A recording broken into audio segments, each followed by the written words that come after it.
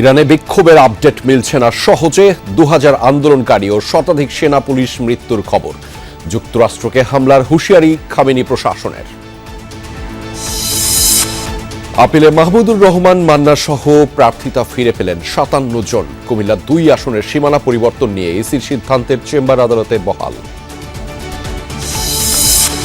নির্বাচন প্রক্রিয়া পর্যবেক্ষণে প্রায় 2 মাস বাংলাদেশে থাকবে ইউ মিশন। ভোটের সময় থাকবেন 2 শতাধিক পর্যবেক্ষক। প্রত্যেক ধাপে স্বচ্ছতা নিশ্চিতের তাগিদ। পুরো নির্বাচন প্রক্রিয়া দেখতে বুঝতে 2 মাসের মতো কাজ করব আমরা। ভোটের প্রত্যেক ধাপে স্বচ্ছতা ও নিরপেক্ষতা থাকছে কিনা সেটি দেখব আমরা। সংস্কার চাইলে গণভোটের বিকল্প নেই বললেন উপদেষ্টা রিজওয়ানা। আয়নাঘর সংস্কৃতিতে ফিরতে না চাইলে হ্যাঁর পক্ষে ভোট দিতে বললেন আদিলুর। আপন 3 ভাইয়ের সরাসরি অংশগ্রহণে হয় মোসাব্বির হত্যাকাণ্ড, জানালেন ডিবি প্রধান। ব্যবসায়িক ও রাজনৈতিক বিরোধেই খুন বলে ধারণা। মিয়ানমারের অভ্যন্তর থেকে আসা গুলিতে আহত টেকনাফের শিশু হুজাইফা আইসিইউতে ভর্তি। আহত আরও 2 জন। ক্ষুব্ধ স্থানীয়দের সড়ক অবরোধ ভাঙচুর।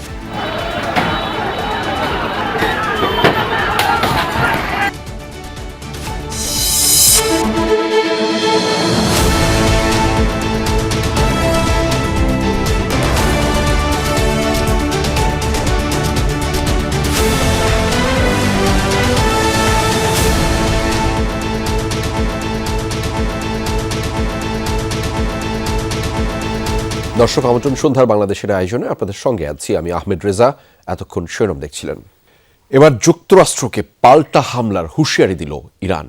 বিক্ষোভকারীদের পক্ষে যে কোনো আক্রমণ ইসরায়েল ও মধ্যপ্রাচ্যের মার্কিন ঘাঁটিগুলোকে ঝুঁকিতে ফেলবে বলে মন্তব্য খামেনির ঘনিষ্ঠ কর্মকর্তার।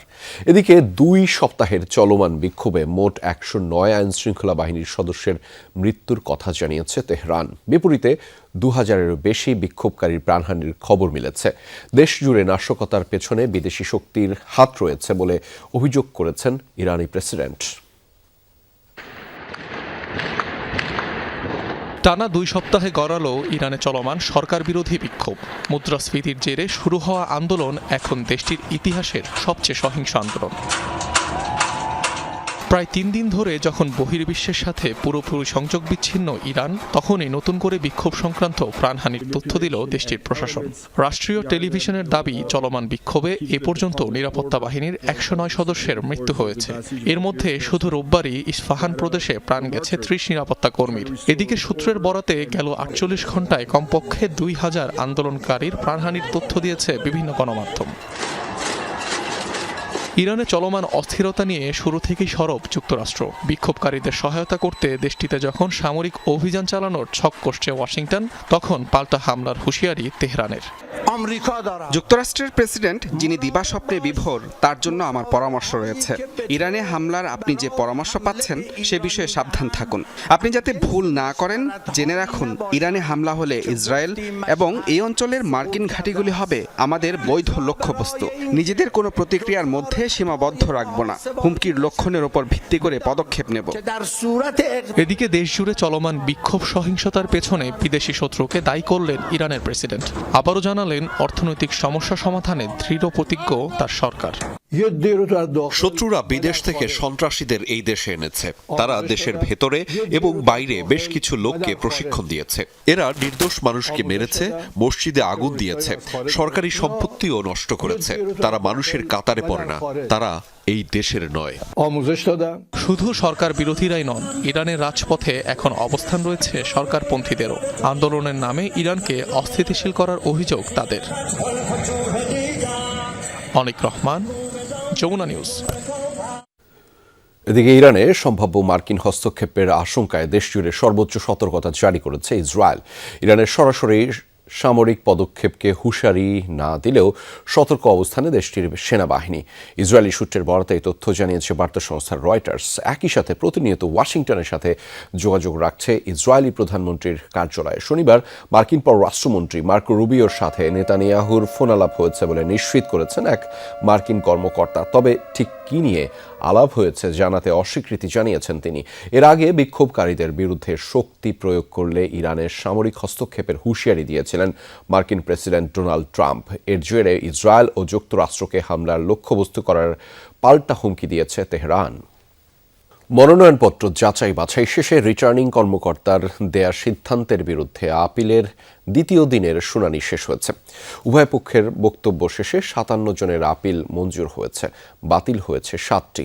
তথ্যের অসঙ্গতির জন্য 6টি মুলতবি রাখা হয়েছে। নির্বাচনী পরিবেশ সুষ্ঠু রাখতে ও লেভেল প্লেয়িং ফিল্ড নিশ্চিতে ইসির প্রতি আহ্বান জানিয়েছেন প্রার্থীরা। প্রার্থিতা ফিরে পেতে ইসিতে আপিল শুনানি। রোববার বিকেল 5টা পর্যন্ত শুনানি হয়েছে 71 থেকে 140 নম্বর আপিল পর্যন্ত। প্রধান নির্বাচন কমিশনার AM নাসির উদ্দিনের সভাপতিত্বে পূর্ণাঙ্গ কমিশন এই শুনানি গ্রহণ করেন। শুনানি শেষে 58 জনের আপিল মঞ্জুর হয়, বাতিল হয় 7টি। তথ্যগত অসঙ্গতির কারণে মুলতবি রাখা হয়েছে 6টি। প্রার্থীর বৈধতার ক্ষেত্রে ঋণ খেলাপি, দ্বৈত নাগরিকত্ব ও স্বতন্ত্রের ক্ষেত্রে 1% ভোটারের সমর্থনকে গুরুত্ব দিচ্ছে ইসি। ছোটখাটো সংশোধনযোগ্য ত্রুটিকেই বিবেচনা করা হচ্ছে। দেশ ও মানুষের কল্যাণে রাজনীতি যাতে ব্যক্তি স্বার্থে না হয় বা ব্যক্তি কাজে ব্যবহৃত না হয় সেই দিকেই সর্বদিক থেকে সর্বসাধারণ ক্ষেত্রে যদি আমরা সচেতন থাকি। ওনারা স্যাটিসফাইড হয়েছেন এবং আমাদের যে আপিল ওনারা মঞ্জুর করেছেন।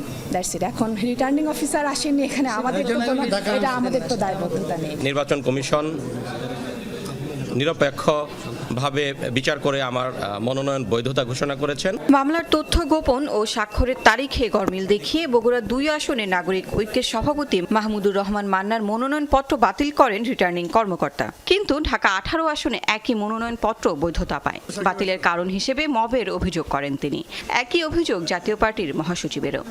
রাজনীতি প্রতিযোগিতা আছে, ভোট যখন প্রতিযোগিতা তো বটেই, কে হারবে কে জিতবে, হারা জেতারই তো লড়াই। কিন্তু সেই হারা মানে এই নয় যে আপনি কোমরের নিচে বাড়ি দিয়ে তাকে ফেলে দেবেন। আমি ব্যাংক থেকে কিছুই নেই নাই, তাহলে কিছুই নিলাম না, আমি আমার নাগরিক অধিকার কেন আমি করতে পারবো না, এক্সারসাইজ করতে পারবো না টু বি এ ক্যান্ডিডেট।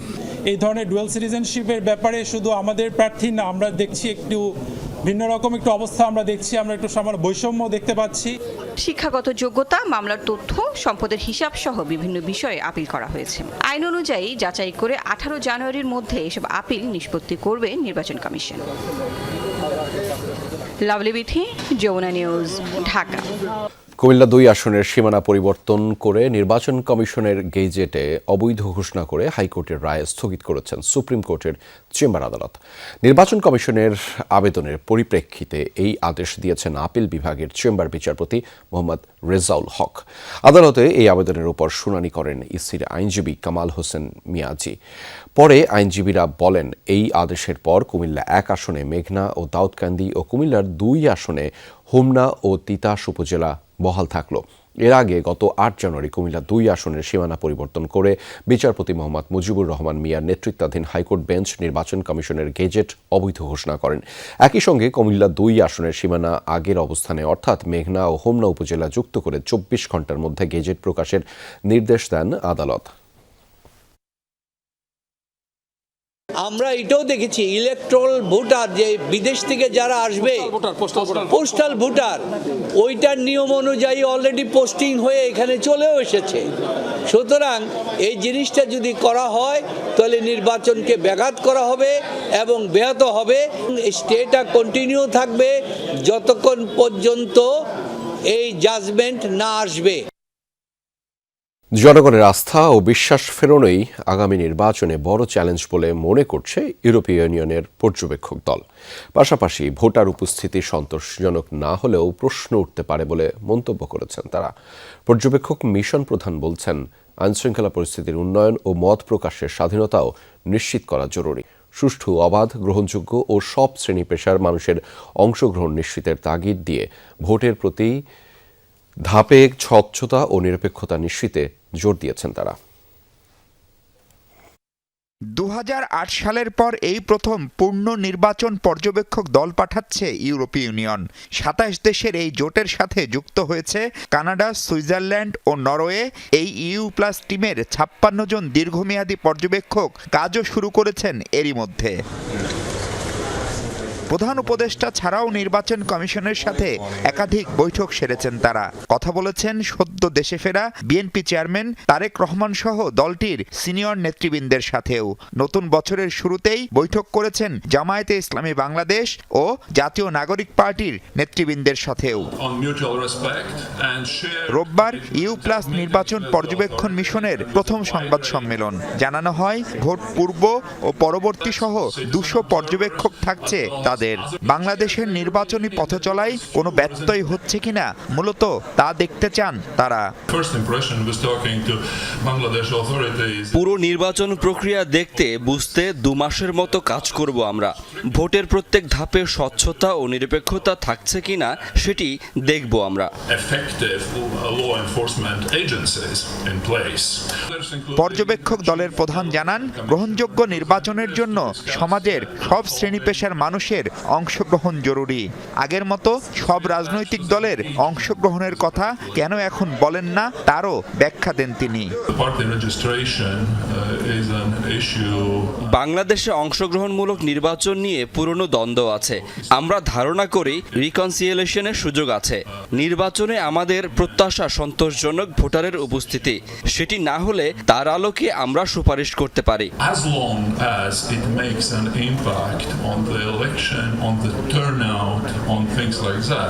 প্রশ্ন আসে 12ই ফেব্রুয়ারি নির্বাচনের চ্যালেঞ্জ, বিশেষ করে চলমান সহিংসতা, আইন শৃঙ্খলা বাহিনী ও নির্বাচন কমিশনের সক্ষমতা নিয়েও।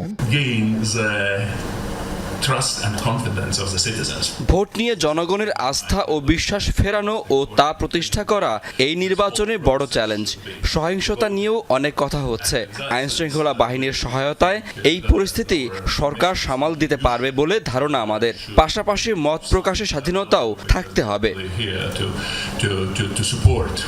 প্রতিনিধি দলটি জানায়, স্বাধীন, নিরপেক্ষ ও কোনো ধরনের হস্তক্ষেপ ছাড়া সংসদ নির্বাচন পর্যবেক্ষণ করবেন তারা। তবে গণভোট নিয়ে কাজ করার এখতিয়ার তাদের নেই। মাহফুজ মিশু, যমুনা নিউজ, ঢাকা। গুম, নির্যাতন ও আয়নাঘরের যুগে ফিরে যেতে না চাইলে গণভোটের হ্যায়ের পক্ষে অবস্থান নেওয়ার আহ্বান জানিয়েছেন স্থানীয় সরকার উপদেষ্টা আদিলুর রহমান খান।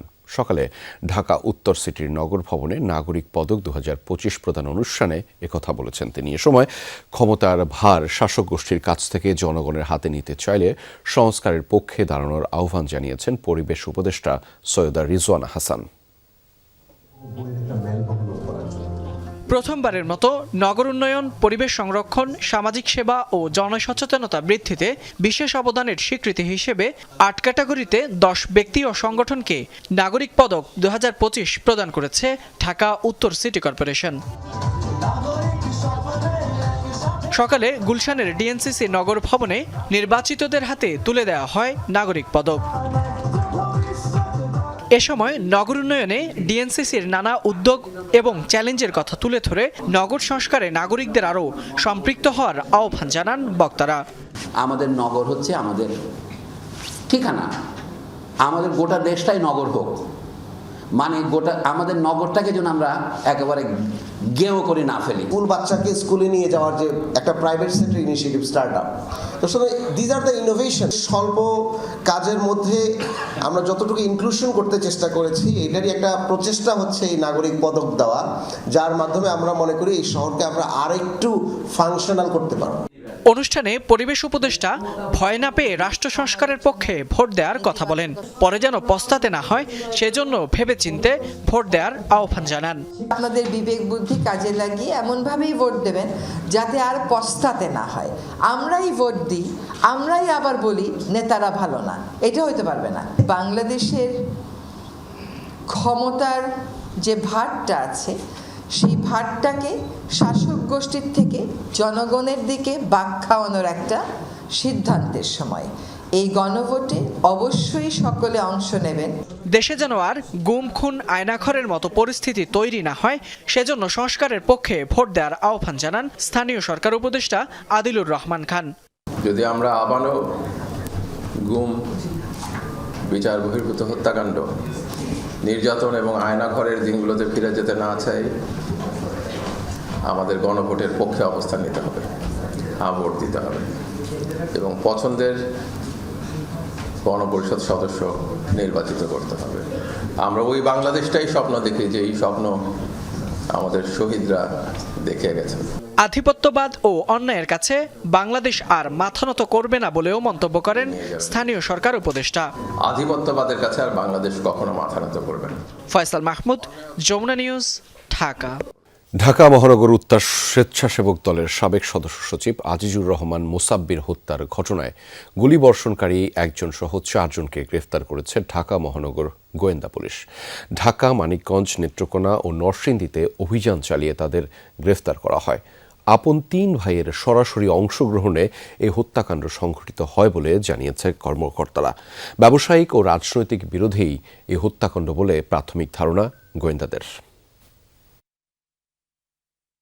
মোসাব্বিরকে গুলি করে পালানোর সময় অস্ত্রসহ যে 2 ব্যক্তি দেখা যায় তাদের একজন রহিম, অপরজন জিনাত। গোয়েন্দাদের দাবি মতে যে 4 জনকে গ্রেফতার করা হয়েছে তার মধ্যে একজন জিনাত, অপর 3 জন বিল্লাল, রিয়াজ ও আব্দুল কাদির। বিল্লাল, কাদির ও শুটার রহিম আপন 3 ভাই, এর মধ্যে রহিম এখনও পলাতক। ঘটনার মূল সমন্বয়কারী মোহাম্মদ বিল্লাল হোসেন, পিতা শহীদুল্লাহ, তাকে গ্রেফতার করা হয়।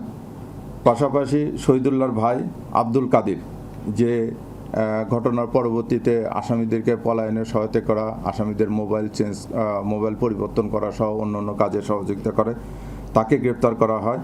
এবং ঘটনার আগে এই ঘটনা যে সংগঠিত করবে এ ব্যাপারে অপরাধীরা একটা রেকি করেছিল। এই রেকিতে সহায়তা করার জন্য মোহাম্মদ রিয়াজ নামে একজনকে আমরা গ্রেপ্তার করি। মোসাব্বির হত্যার কারণ হিসেবে আলোচনায় আসে কারণ বাজার কেন্দ্রিক চাঁদাবাজির নিয়ন্ত্রণ, ব্যবসায়িক ও রাজনৈতিক বিরোধ। তবে একাধিকবার জানতে চাওয়া হলেও এ ব্যাপারে স্পষ্ট কোনো উত্তর দেননি কর্মকর্তারা। কিছুদিন আগে উনি একটা করেছিল, মানববন্ধন করেছিল এই চাঁদাবাজির বিরুদ্ধে, সেখানে মারামারি হয়েছিল, সেখানে মামলা হয়েছে, এই জিনিসগুলো আছে।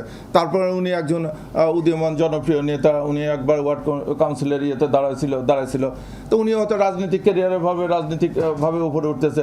এই জিনিসগুলো আমি বললাম যে সবগুলো জিনিসই আমরা এখন খতিয়ে দেখতেছি। বিদেশ থেকে পুরস্কার ঘোষিত জেএমপির তালিকাভুক্ত একের শীর্ষ সন্ত্রাসী এ হত্যাকাণ্ডের অর্থায়ন করেছে বলে জানিয়েছে একাধিক সূত্র।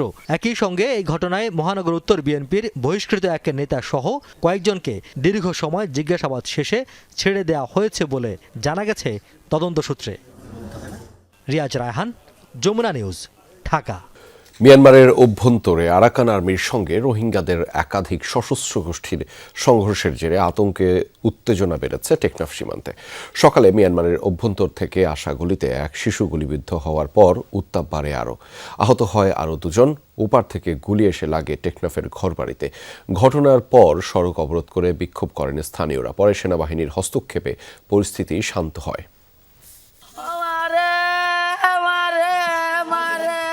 সকাল 9টায় ঘর থেকে বেরিয়ে চাচার সাথে দোকানে গিয়েছিল টেকনাফের হোয়াইকংয়ে হাজী মোহাম্মদ হোসেন সরকারি প্রাথমিক বিদ্যালয়ের 3য় শ্রেণীর শিক্ষার্থী হুজাইফা সুলতানা আফনান। ফেরার পথে হঠাৎ মাথায় গুলি লাগলে লুটিয়ে পড়ে শিশুটি। স্থানীয়রা দ্রুত উদ্ধার করে প্রথমে স্থানীয় স্বাস্থ্য কমপ্লেক্স, পরে বিকেলে চট্টগ্রাম মেডিকেল কলেজ হাসপাতালে নিয়ে আইসিইউতে ভর্তি করায়। গুলি ভোজ্যার আর আজ যখন উন্তি উঠি আর বাবুলের ফুয়া বেন্তি লয়ে নিলি নেইলে আয়ের দূরত ফুয়া বাবুর তো ফুয়া লাগে দূরত হারিলে কি লসন নাই। আমার তোকে একটু গুলি আয়ের মাথার ভিতর ঢুকছিল, ঢুকিয়ে ওই শুয়ে আছিল। স্থানীয়রা জানান শনিবার রাত থেকে মিয়ানমারের অভ্যন্তরে গোলাগুলির প্রচণ্ড শব্দে নির্ঘুম রাত কাটিয়েছেন তারা। সকালেও মিয়ানমার থেকে গুলি এসে লাগে টেকনাফের ঘরবাড়ি, দরজা, দেয়াল, গাছগাছালিতে। পুরো এলাকায় ছড়িয়ে পড়ে আতঙ্ক। খুব আতঙ্কিত থাকি, গোলাগুলি হলে ঘর থেকে বাইর হওয়া পর্যন্ত আতঙ্কিত হয়ে যায় আমরা। জন্ম না ইয়াতে আর ঘুমানো যারা লাইতর 2টা থেকে ধরে দিন 9টা বাজে কি গুলি মারামারি ফাইয়ার দনে আর কি বউ গাত তোলে। স্থানীয়দের দাবি মিয়ানমারের বিদ্রোহী গোষ্ঠী আরাকান আর্মি ও রোহিঙ্গা সশস্ত্র গোষ্ঠীর মধ্যে বেশ কদিন ধরে চলছে সংঘাত। শনিবার রাতে আবার গোলাগুলি শুরু হলে কিছু সশস্ত্র রোহিঙ্গা সন্ত্রাসী বাংলাদেশের অভ্যন্তরে ঢুকে পড়ে। এ পর্যন্ত অন্তত 50 জনকে আটক করেছে আইন শৃঙ্খলা বাহিনী। সুযোগ নাই গুলিল্লা বলি আরো 2বারই আরো বার উকে গুলি গায়ে 3 দিন মানে কি আর গুন্দানে ভাই দেরি গুন্দানে ভাই তারপরে মানে বাচ্চা লখনকে যাই না পারি, মানে আতঙ্ক হয়ে গিয়ে আর হাতনে যেটা মারে এগুলো মারে কেন মেটে দিই তত্তরে আর কি। টেকনাফের হোয়াইটকং সহ সীমান্তবর্তী এলাকার পরিস্থিতি অনেকটাই থমথমে, চাপা আতঙ্ক সবার মধ্যে। আইনশৃঙ্খলা রক্ষাকারী বাহিনীর নিরাপত্তা বাড়ানো হলেও এ ঘটনায় কেউ কথা বলতে রাজি হননি। জুবাইর শাহাদাত, যমুনা নিউজ।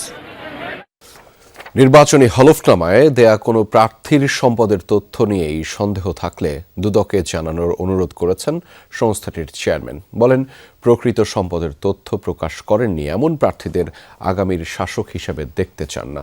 ডক্টর মোহাম্মদ আব্দুল মোমেন জানিয়েছেন, কেউ মিথ্যা তথ্য দিয়েছেন এমন তথ্য পেলে অনুসন্ধান করা হবে। তিনি আরও জানিয়েছেন, 2008 সালের নির্বাচনে সাবেক প্রধানমন্ত্রী শেখ হাসিনা হলফনামায় সম্পদ বিবরণীতে মিথ্যা তথ্য দিয়েছিলেন।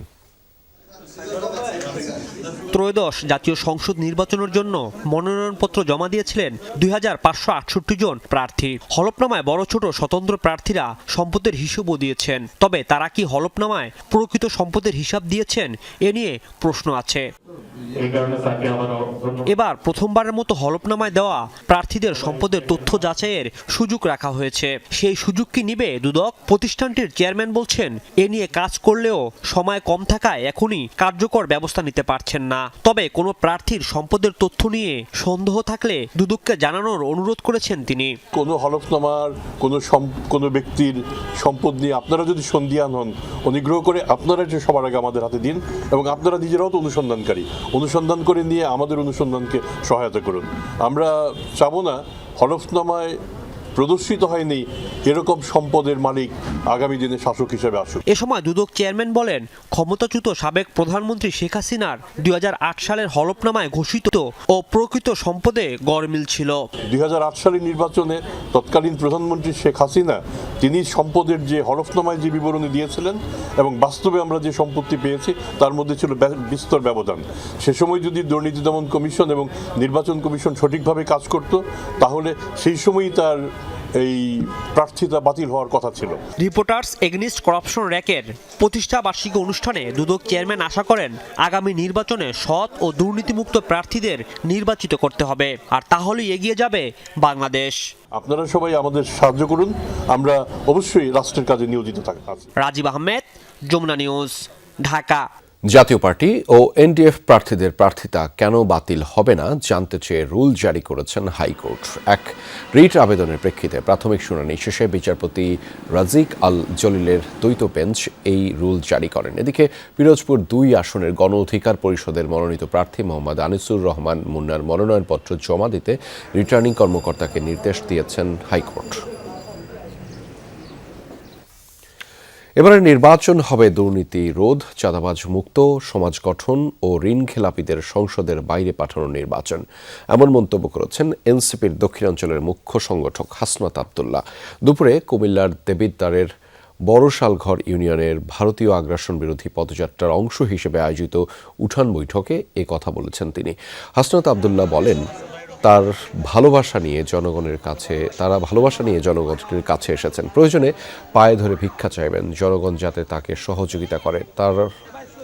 তার মনে হয় চুরি করার চেয়ে দুর্নীতি করার চেয়ে রাস্তার মাটি কেটে খাওয়া ভালো, ভোট ভিক্ষা করাটা বেশি সম্মানের।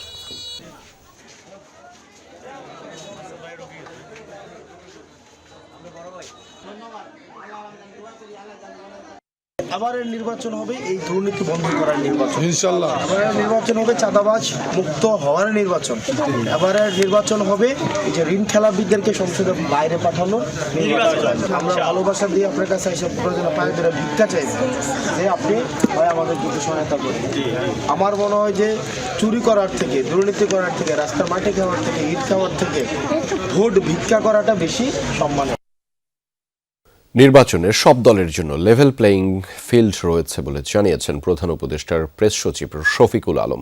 দুপুরে ফরেন সার্ভিস একাডেমিতে সংবাদ সম্মেলনে তিনি জানিয়েছেন, গণভোটে হ্যাঁ ভোটের জন্য প্রচারণা চালাবে অন্তর্বর্তী সরকার। বলেন, স্বৈরাচারকে ফেরত না চাইলে অবশ্যই হ্যাঁ ভোট দিতে হবে। আইনশৃঙ্খলা বাহিনী নির্বাচনের পরিবেশ ধরে রাখতে তৎপর রয়েছে বলেও জানিয়েছেন শফিকুল আলম। প্রেস সচিব আরও বলেন, নির্বাচন সামনে রেখে সব ধরনের প্রস্তুতি ইতিমধ্যে নিয়েছে সরকার। পাচার হওয়া অর্থ ফেরত আনতে সরকারের সব ধরনের তৎপরতা অব্যাহত রয়েছে উল্লেখ করে তিনি আরও জানান, পরবর্তী সরকার বাকি কাজ করবে। মিয়ানমার সীমান্তে গুলির ঘটনায় সরকার নিন্দা জানিয়েছে বলেও জানিয়েছেন প্রধান উপদেষ্টার প্রেস সচিব। চিফ অ্যাডভাইজার বলেছেন যে ইন্টিরিম গভর্নমেন্ট ইয়েস ভোটের জন্য ক্যাম্পেইন করবে এবং করছে এবং এর বিষয়ে অ্যাওয়ারনেস বিল্ড আপ করবে। এ বিষয়ে ইন্টারিম গভর্নমেন্ট লিগাল অপিনিয়ন নিয়েছিল এবং এই বিষয়ে টপ লিগাল এক্সপার্টরা লিখিতভাবে জানিয়েছেন যে ইন্টারিম গভর্নমেন্ট ইয়েস ভোট চাইতে পারে, এই বিষয়ে কোনো লিগাল প্রতিবন্ধকতা নাই। Law and order situation deteriorate হয় এরকম দু একটা ঘটনা আমরা দেখেছি, বাট আমরা মনে করছি বা ইলেকশন কমিশনও মনে করছে যে আইন শৃঙ্খলা পরিস্থিতি এখন যথেষ্ট ভালো আছে। গণভোট হচ্ছে ভবিষ্যতের বাংলাদেশ কেমন হবে তার পথরেখা নির্ধারণের একটি প্রক্রিয়া। সকলে মিলে এই সুযোগ গ্রহণ করতে হবে বলে মন্তব্য করেছেন প্রধান উপদেষ্টার বিশেষ সহকারী অধ্যাপক আলী রিয়াজ। দুপুরে বরিশাল নগরের বেলস পার্কে গণভোট প্রচারে বিভাগীয় ইমাম সম্মেলনের প্রধান অতিথির বক্তব্যে তিনি একথা বলেছেন। আলী রিয়াজ আরও বলেন, জুলাই শহীদ ও গুমের শিকার পরিবারের সদস্যরা তাদের এই দায়িত্ব দিয়েছেন, তাই সকলে মিলে তাদের আকাঙ্ক্ষা বাস্তবায়ন করতে হবে। বলেন, আগামীর বাংলাদেশকে একটি সুন্দর বাংলাদেশ হিসেবে গড়ে তুলতে হবে। সম্মেলনে বরিশাল বিভাগের বিভিন্ন জেলা ও উপজেলা থেকে ইমামরা যোগ দেন। রাজধানীর বনশ্রীতে শিক্ষার্থীর গলা কাটা মরদেহ উদ্ধারের ঘটনায় নিহতের পরিবার মামলা করেছে।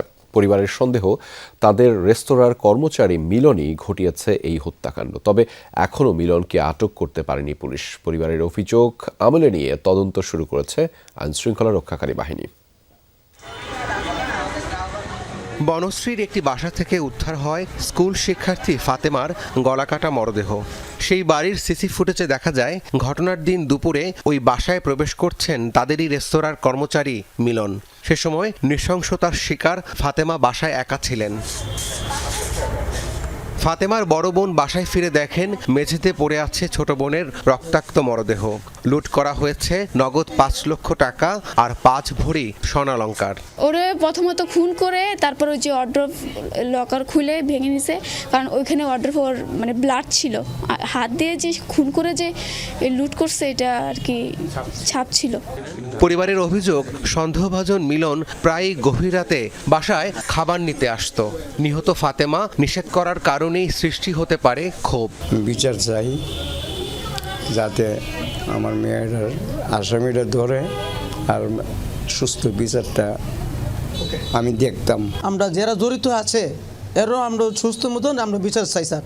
এমন ভয়াবহ হত্যার ঘটনায় প্রতিবেশীরাও আতঙ্কে। তো রিস্ক মনে করি যে আমি এখন অফিস যাবো, বাসায় রাখি আসছে আমার ওয়াইফরে, রিস্ক মনে হচ্ছে যে আমি কি অবস্থা হবে, দেশের ভবিষ্যৎ কি হবে সামনে। অবশ্যই ভয় লাগে সবারই। এখন তো আমরা তো সচেতন হম যে মেয়েদের বাসায় একা রাখতে আসা যাবে না। হত্যার ঘটনায় অজ্ঞাত কয়েকজনকে আসামি করে খিলগাঁও থানায় মামলা করেছে পরিবার। এখনো কাউকে আটক করা না গেলেও তদন্তের কথা জানায় পুলিশ। তারা বেশ কিছু বিষয় আমাদেরকে বলেছেন, আমরা সেগুলো বিবেচনা রেখেই তদন্ত কার্যক্রমটা চালিয়ে নিচ্ছি। ঘটনার পর থেকে পলাতক অভিযুক্ত মিলন। রাব্বি সিদ্দিকী, যমুনা নিউজ, ঢাকা। ইন্টারনেট বন্ধ করেনি, বন্ধ হয়ে গেছে। গণমাধ্যমে দেয়া জুনায়েদ আহমেদ পলকের এই বক্তব্য ট্রাইব্যুনালের বিচারককে শোনালেন প্রসিকিউশন। কাঠগড়ায় বসে শুনলেন জুনায়েদ আহমেদ পলক নিজেও। একই সঙ্গে ইন্টারনেট ও সামাজিক যোগাযোগ মাধ্যম বন্ধের বিষয়ে সালমান এফ রহমানের ও পলকের কথোপকথন পরে শোনানো হয়। এই মামলার অভিযোগ গঠনের শুনানিতে চিফ প্রসিকিউটর বলেন, সাবমেরিন কেবল কাটা পড়া বা বিটিসিএল ভবনে আগুন লেগে ইন্টারনেট বন্ধ হয়ে যাওয়ার কথা প্রচার করে সেই দায় ছাত্র জনতার উপর চাপালেও আদতে সেটি হয়েছিল তৎকালীন সরকারের নির্দেশেই। সজীব ওয়াজেদ জয় বিদেশে বসেই পলক এসবের নীল নকশা করছিলেন বলে প্রসিকিউশন ট্রাইব্যুনালকে জানায়। এ মামলায় প্রসিকিউশনের অভিযোগ গঠনের শুনানি শেষ আগামী 15 জানুয়ারি। আসামি পক্ষের শুনানির জন্য দিন ধার্য করেন আন্তর্জাতিক অপরাধ ট্রাইব্যুনাল 1।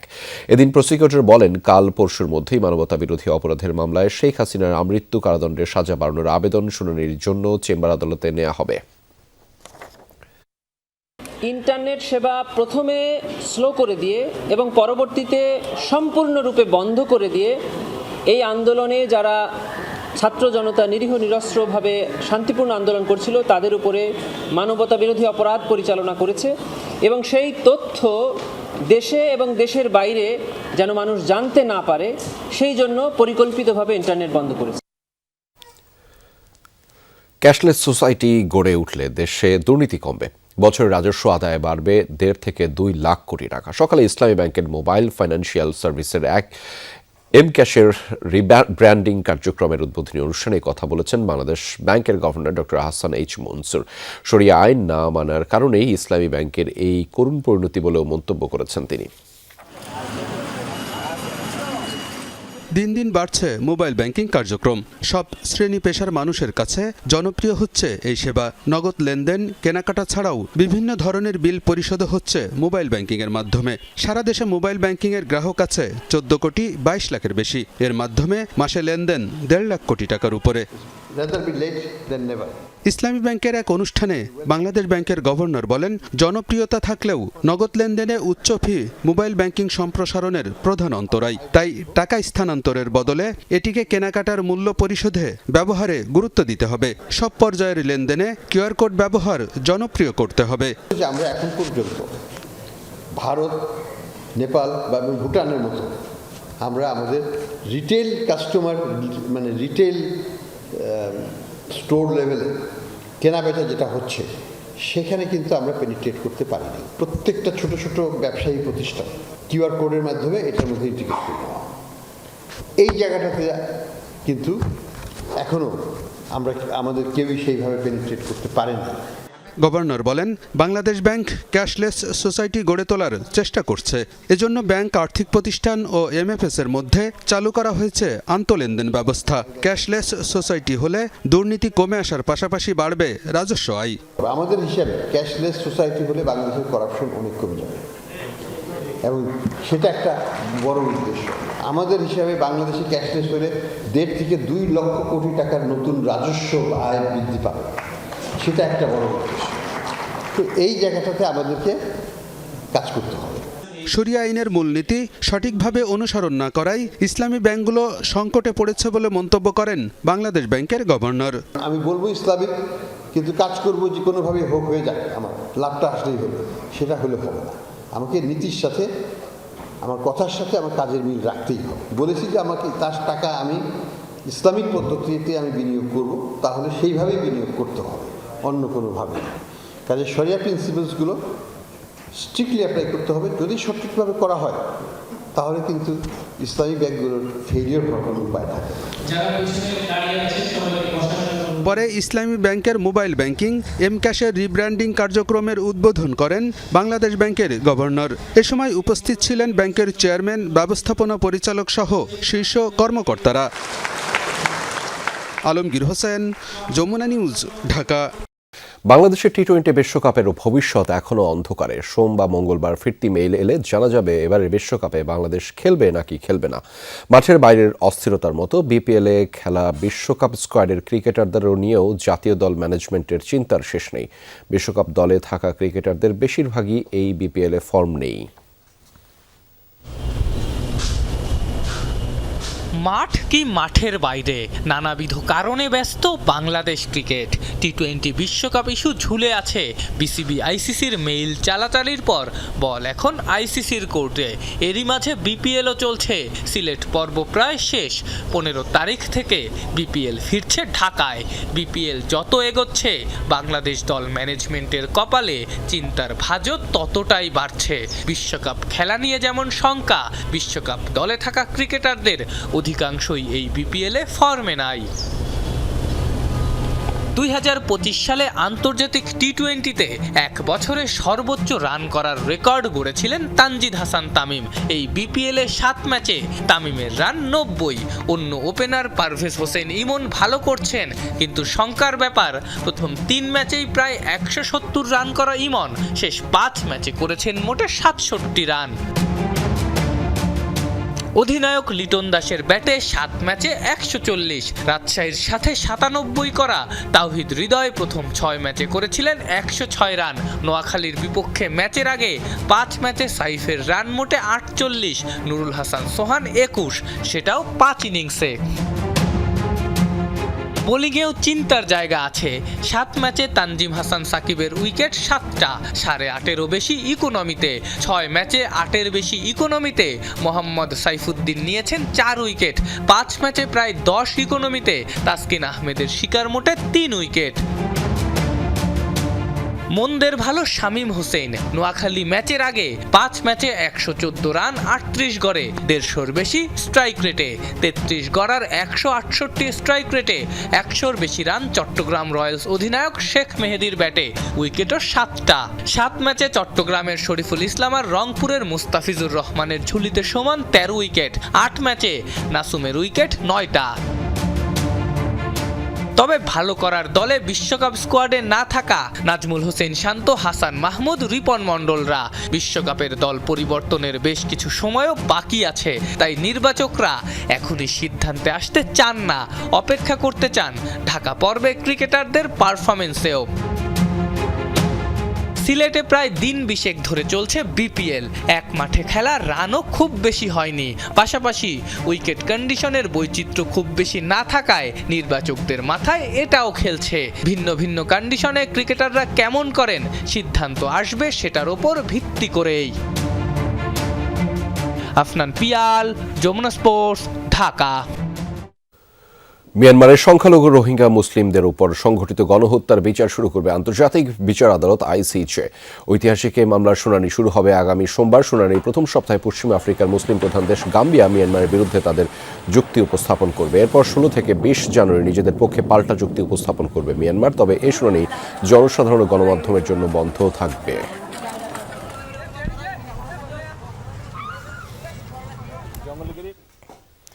দর্শক, এই ছিল সন্ধ্যার বাংলাদেশের আয়োজনে। এতক্ষণ আমাদের সাথে থাকার জন্য আপনাদের সবাইকে ধন্যবাদ।